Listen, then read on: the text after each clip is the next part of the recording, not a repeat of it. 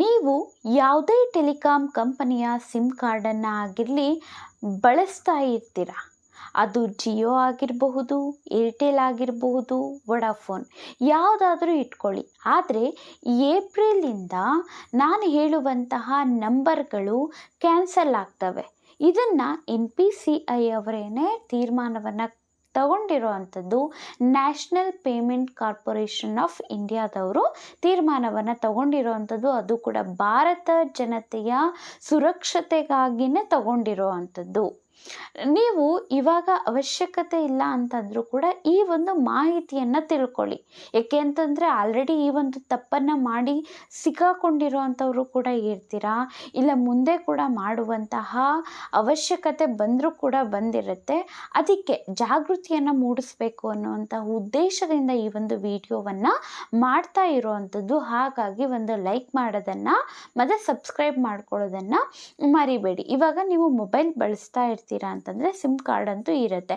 ನೀವು ಟೈಮ್ ಪಾಸ್ಗಾದರೂ ಆಗಿರಲಿ ಆ್ಯಪ್ಗಳನ್ನು ಬಳಸ್ತಾ ಇರಲಿ, ಇಲ್ಲ ನೀವು ಏನಾದರೂ ಒಳ್ಳೆಯ ಕೆಲಸಗಳಿಗೇನೆ ಕೆಲವೊಂದು ಆ್ಯಪ್ಗಳನ್ನು ಬಳಸ್ತಾ ಇರಲಿ. ಈಗ ಇನ್ಸ್ಟಾಗ್ರಾಮ್ ಆಗಿರಲಿ, ಫೇಸ್ಬುಕ್ ಅಥವಾ ಪೇಮೆಂಟ್ ಮಾಡೋದಕ್ಕೆ UPI ಆ್ಯಪ್ಗಳು ಅಂದರೆ ಗೂಗಲ್ ಪೇ ಆಗಿರಲಿ, ಫೋನ್ಪೇ ಈ ಥರ ಎಲ್ಲ ಬಳಸಿಬಿಟ್ಟು ಟ್ರಾನ್ಸಾಕ್ಷನನ್ನು ಕೂಡ ಮಾಡ್ತಾ ಇರ್ತೀರ.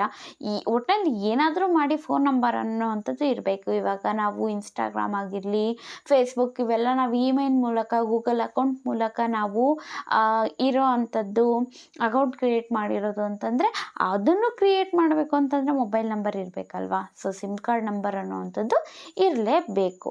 ಆದರೆ ಪೇಮೆಂಟ್ ಏನು ಮಾಡ್ತಾ ಇರ್ತೀರಲ್ವ ಅದಕ್ಕೂ ಕೂಡ ನಂಬರ್ ಇಟ್ಕೊಂಡಿರ್ತೀರ. ಆಮೇಲೆ ಏನು ಮಾಡ್ತಿರ್ತೀರ, ರೀಚಾರ್ಜನ್ನು ಮಾಡಿಸಿ ಇರೋದಿಲ್ಲ. ರೀಚಾರ್ಜ್ ಮಾಡಿಸ್ದಲೇ ಒಂದಷ್ಟು ತಿಂಗಳು ಆಗೋಗ್ಬಿಟ್ರೆ ಜಿಯೋದವರಾಗಿರಲಿ, ಏರ್ಟೆಲ್ ಅವರು ಆಗಿರಲಿ ಆ ಒಂದು ಸಿಮ್ಮನ್ನು ಡಿಆಕ್ಟಿವೇಟ್ ಮಾಡಿಬಿಟ್ಟು ಬೇರೆಯವರಿಗೆ ಆ ಒಂದು ನಂಬರನ್ನು ಕೊಡ್ತಾರೆ.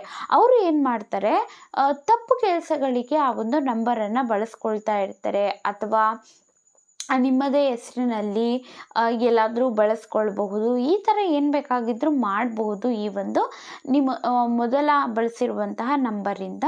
ಮತ್ತು ಡಿಆಕ್ಟಿವೇಟ್ ಆಗೋಯಿತು ಅಂತಂದರೆ ನಿಮಗೆ ಅದು ಅಪ್ಲಿಕೇಬಲ್ ಆಗೋದಿಲ್ಲ. ಇದರಿಂದ ಎಷ್ಟೊಂದು ಮೋಸಗಳು ನಡೆದು ಹೋಗಿವೆ ಪೇಮೆಂಟನ್ನು ಮಾಡುವ ಸಂದರ್ಭದಲ್ಲಿ. ಹಾಗಾಗಿ ಸುರಕ್ಷತೆಯಿಂದ ಇರಬೇಕು ನಮ್ಮ ರಾಷ್ಟ್ರದ ಜನತೆ ಅಂತ ಈ ಒಂದು ತೀರ್ಮಾನವನ್ನು ಮಾಡಿರುವಂಥದ್ದು. ಏಪ್ರಿಲಿಂದ ಏನು ಮಾಡ್ತಾರೆ, ಇಂತಹ ಆಕ್ಟಿವೇಟ್ ಆಗಿ ಇಲ್ದಲೇ ಇರೋ ಅಂಥವು ಡಿಆಕ್ಟಿವೇಟ್ ಆಗಿರುವಂತಹ ನಂಬರ್ಗಳಲ್ಲಿ ಯಾವೆಲ್ಲ ಫೋನ್ಪೇ ಅಕೌಂಟ್ ಆಗಿರ್ಬೋದು, ಗೂಗಲ್ ಪೇ ಈ ರೀತಿ UPI ಆ್ಯಪ್ಗಳಲ್ಲಿ ಯಾವೆಲ್ಲ ಅಕೌಂಟ್ಗಳಿದ್ದಾವೆ ಅವುಗಳನ್ನೆಲ್ಲ ಕೂಡ ಕ್ಯಾನ್ಸಲ್ ಮಾಡ್ತೀವಿ ಅಂತ ತೀರ್ಮಾನವನ್ನು ತಗೊಂಡಿರೋ ಅಂಥದ್ದು. ಇದ್ರ ಬಗ್ಗೆ ನಿಮ್ಗೇನು ಅನಿಸುತ್ತೆ ಅನ್ನೋವಂಥದ್ದನ್ನು ಕಮೆಂಟ್ ಮಾಡಿ ತಿಳಿಸಿ. ಇಲ್ಲಿವರೆಗೂ ವಿಡಿಯೋ ನೋಡಿದ್ದಕ್ಕೆ ಎಲ್ರಿಗೂ ಕೂಡ ಧನ್ಯವಾದಗಳು.